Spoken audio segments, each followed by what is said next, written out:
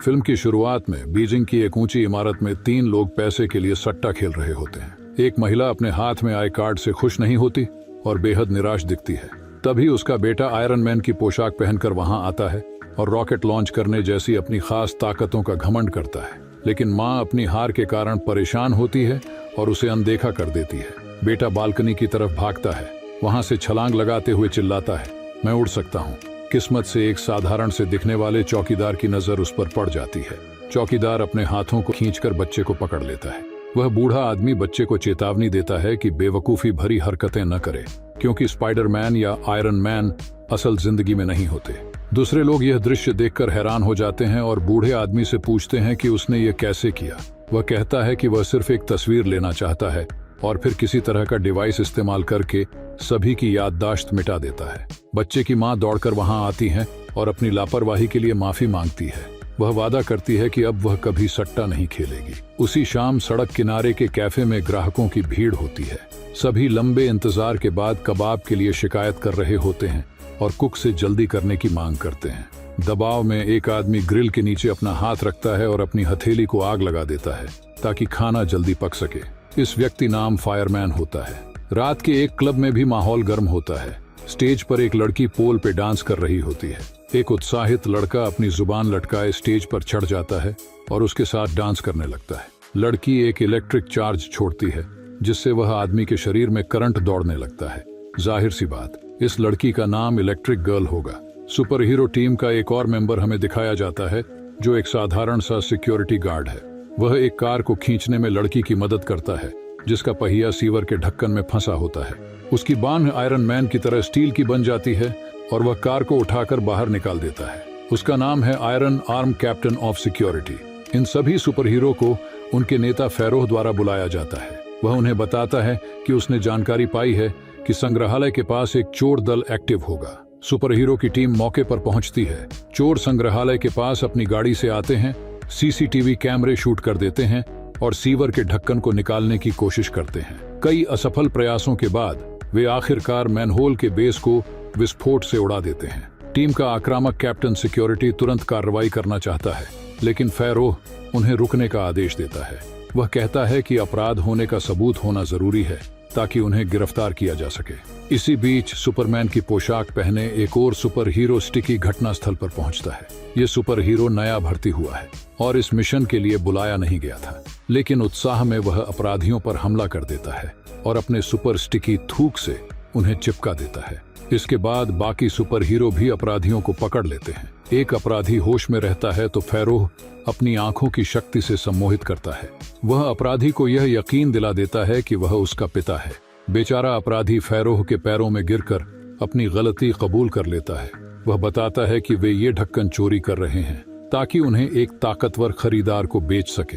खरीदार इनसे टैंक के लिए सुपर कवर बनाना चाहता है क्योंकि चीनी ढक्कन किसी भी गोली को झेल सकते हैं। इसके बाद फेरोह उनकी मेमोरी मिटाने के लिए फिर से डिवाइस का इस्तेमाल करता है। नया सुपर हीरो स्टिकी अपने शानदार काम के लिए प्रशंसा की उम्मीद करता है, लेकिन फेरोह उसे डांटता है कि उसने बीच में आके उनकी योजना खराब कर दी। मिशन खत्म होने के बाद सुपर हीरो के अड्डे पर फेरोह नए सुपर हीरो स्टिकी का परिचय पूरी टीम से कराता है। वह बताता है कि बचपन में स्टिकी ने गलती से लो क्वालिटी गोंद निगल लिया था, जिसके कारण उसके शरीर में अजीबोगरीब रिएक्शन होने लगे। अब उसका पसीना, थूक, पेशाब और सब कुछ चिपकू हो गया। स्टिकी पूरे आत्मविश्वास के साथ अपनी शक्ति का शो ऑन ऑफ करता है और खुद को टीम का सबसे कूल मेंबर मानता है। हालांकि आक्रामक कैप्टन सिक्योरिटी नए सुपर हीरो स्टिकी को उसकी जगह दिखा देता है। इसके बाद फेरोह उसे एक काम सौंपता है। उसे आम लोगों के बीच घुल मिलकर काम करना होगा और एक कुरियर के रूप में डिलीवरी करनी होगी। टीम के नियम यही हैं। स्टिकी फेरोह से एक गंभीर काम की मांग करता है, लेकिन बूढ़ा आदमी अपने फैसले पर अडिग रहता है और स्टिकी को पूरे दिन पार्सल डिलीवर करने के लिए मजबूर होना पड़ता है। हालांकि रास्ते में कुछ प्रॉब्लम आई तो उसने टीम के सबसे मुख्य नियम को तोड़ दिया, जैसे कि अपनी शक्तियों का सबके सामने प्रदर्शन न करना। अपने चिपक्कू पसीने की मदद से वह स्पाइडरमैन की तरह इमारतों पर चढ़कर पैकेज डिलीवर करने लगता है। यह देखकर उसकी एक ग्राहक महिला सदमे में आ जाती है और मानसिक संतुलन खो बैठती है। एम्बुलेंस उसे ले जाती है और वह बड़बड़ाते हुए कहती है कि उसने दीवारों पर रेंगते हुए एक भूत को देखा। खुशकिस्मती से फेरोह उसकी याददाश्त मिटा देता है और वह शांत हो जाती है। इस बीच एक ताकतवर कंपनी सेवन का एक डायरेक्टर अपने इन्वेस्टर से मीटिंग करता है। डायरेक्टर, जिसका नाम चान है, इन्वेस्टर को एक युवा वैज्ञानिक बिल से मिलवाता है जिसने एक क्लोनिंग कंपाउंड आविष्कार किया है। बिल अपनी तकनीक का प्रदर्शन करता है। वह दवाई को एक संतरे में इंजेक्ट करता है जिससे वह एक का डबल होने लगता है। फल का स्वाद और गुणवत्ता बिल्कुल वैसी ही रहती है, जो इन्वेस्टर को बेहद इंप्रेस करता है। वो इस लेब को फंड देने का वादा करते हैं। चान इस सफलता से खुश होकर बिल से कहता है कि जल्द ही वह विज्ञान न्यूज के कवर पर चमकेगा। वहीं दूसरी ओर फेरो स्टिकी को सबके सामने अपनी शक्तियों का उपयोग करने के लिए डांट रहा होता है। इस दौरान स्टिकी कोक की अपनी 7वीं बोतल खत्म करता है।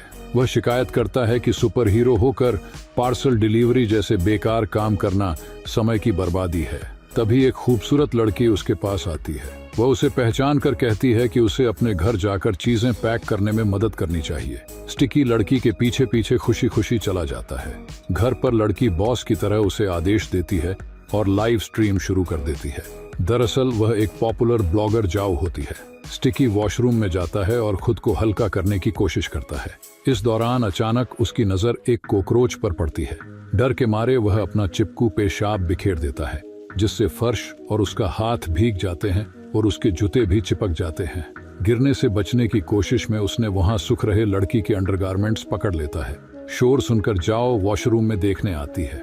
वह उसे अपने हाथ में फंसे ब्रा को हटाने की कोशिश करते देखती है और उसे ठरकी बॉय समझती है। लड़का अपनी सफाई देने की कोशिश करता है, लेकिन तभी लड़की गिरने लगती है।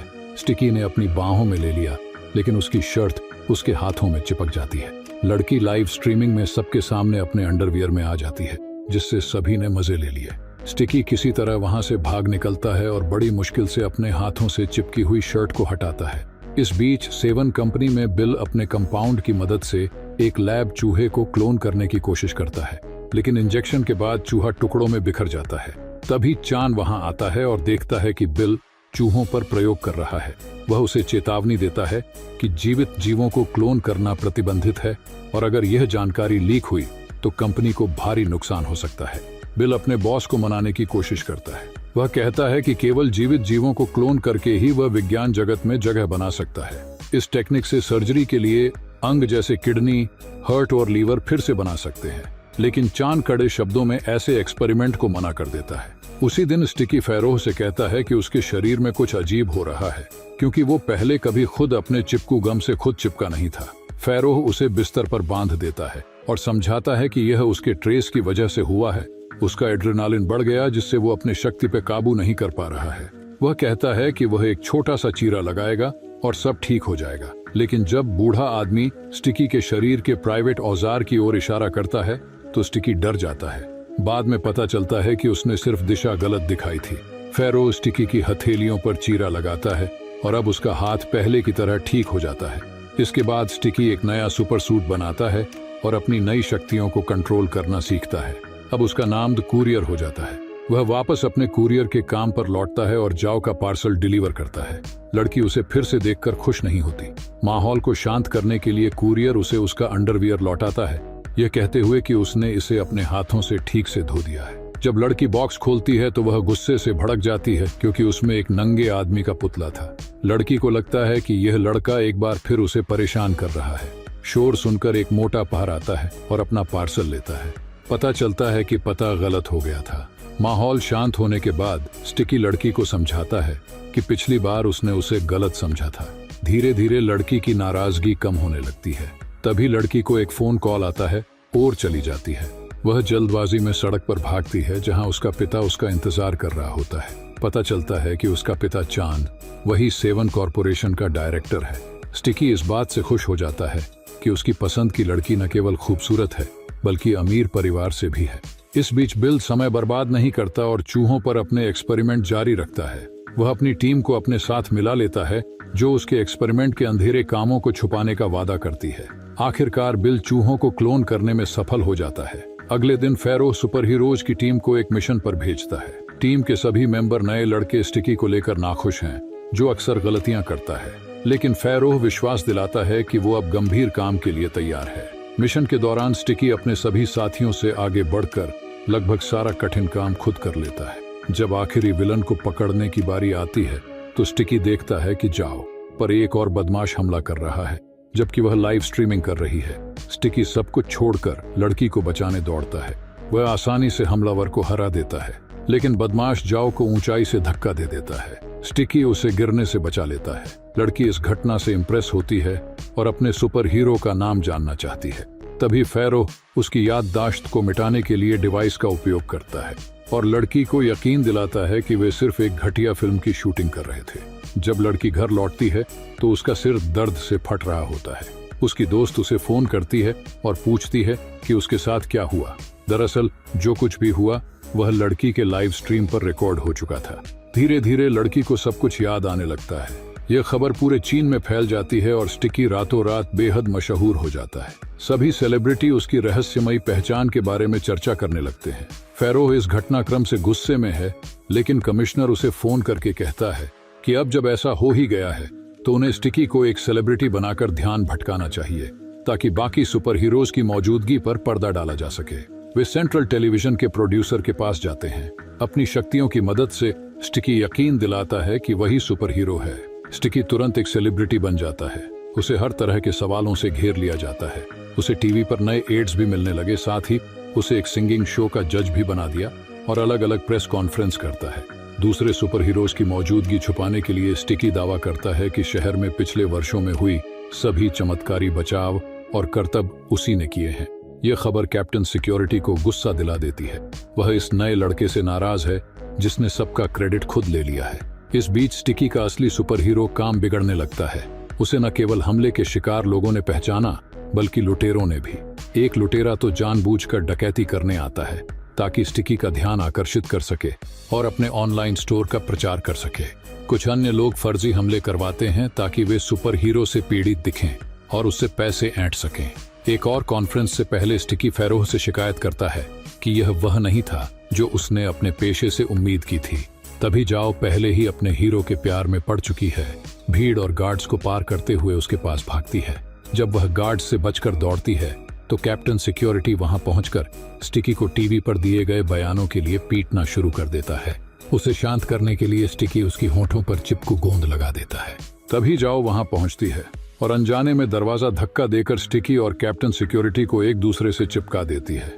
यह देखकर वह सोचती है कि उसका प्यार गे है और आंसुओं में भाग जाती है। लड़का उसके पीछे भागता है और बिना मास्क के उससे मिलता है।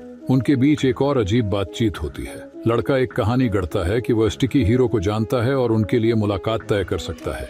वह यह भी भरोसा दिलाता है कि स्टिकी बिल्कुल भी गे नहीं है, लेकिन लड़की को गलतफहमी हो गई थी।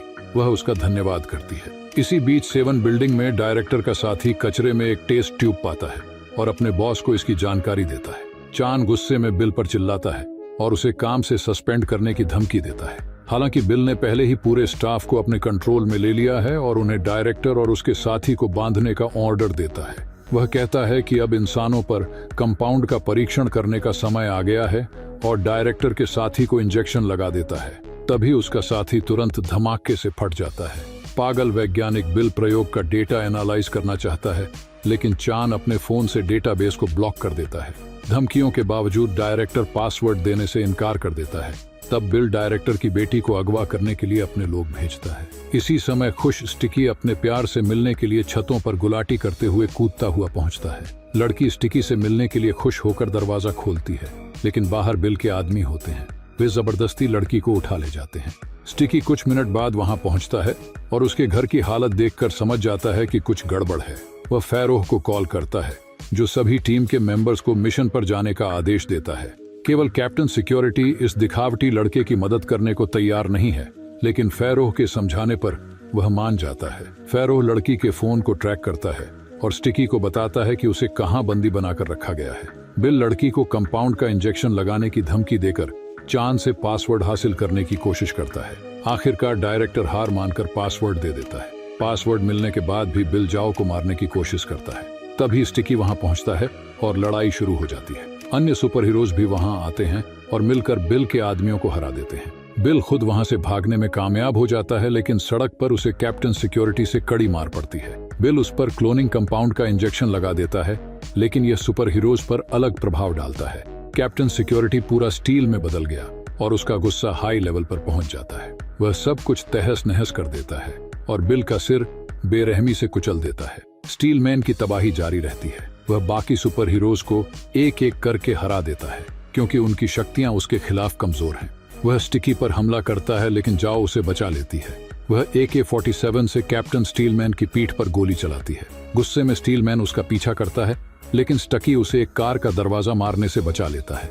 वह स्टीलमैन को फुटपाथ पर चिपका देता है। इसी दौरान लड़की स्टकी का असली चेहरा देख लेती है। वह उसे पहचान लेती है और पूछती है कि उसने पहले क्यों नहीं बताया कि वह वही था। लड़का जवाब देता है कि वह उसे निराश नहीं करना चाहता था क्योंकि भले ही वह हैंडसम हो, वह बेकार और बेरोजगार है। लड़की कहती है कि यह सच नहीं है। वह हैंडसम नहीं है लेकिन उसे पसंद है कि वह सिर्फ एक साधारण कुरियर बॉय है। फिर लड़की एक पूरा भाषण देती है कि एक साधारण डिलीवरी लड़का होना कितना अच्छा है और वह एक साधारण लड़के को डेट करके कितनी खुश होगी। इसी बीच स्टीलमैन खुद को फुटपाथ से छुड़ाता है और उनकी ओर बढ़ता है। फैरो सभी सुपर हीरोज को स्टीलमैन के खिलाफ अपनी शक्तियां मिलाने का सुझाव देता है। वे सभी मिलकर स्टिकी को पावर देते हैं और वह एक तेज इलेक्ट्रिक टेलीपैथिक चिपचिपी बीम छोड़ता है जो स्टीलमैन की धातु की परत को पूरी तरह से हटा देती है। स्टीलमैन फिर से नॉर्मल हो जाता है। आगे जाओ और स्टकी डेट करना शुरू कर देते हैं और मूवी का एंड भी हो गया। दोस्तों, अगर आपको ऐसी अजीब और मजेदार फिल्मों के पसंद हैं तो लाइक जरूर करें। मैं और भी ऐसे मूवी लाऊंगा। आप सभी से अगली वीडियो में मुलाकात होगी।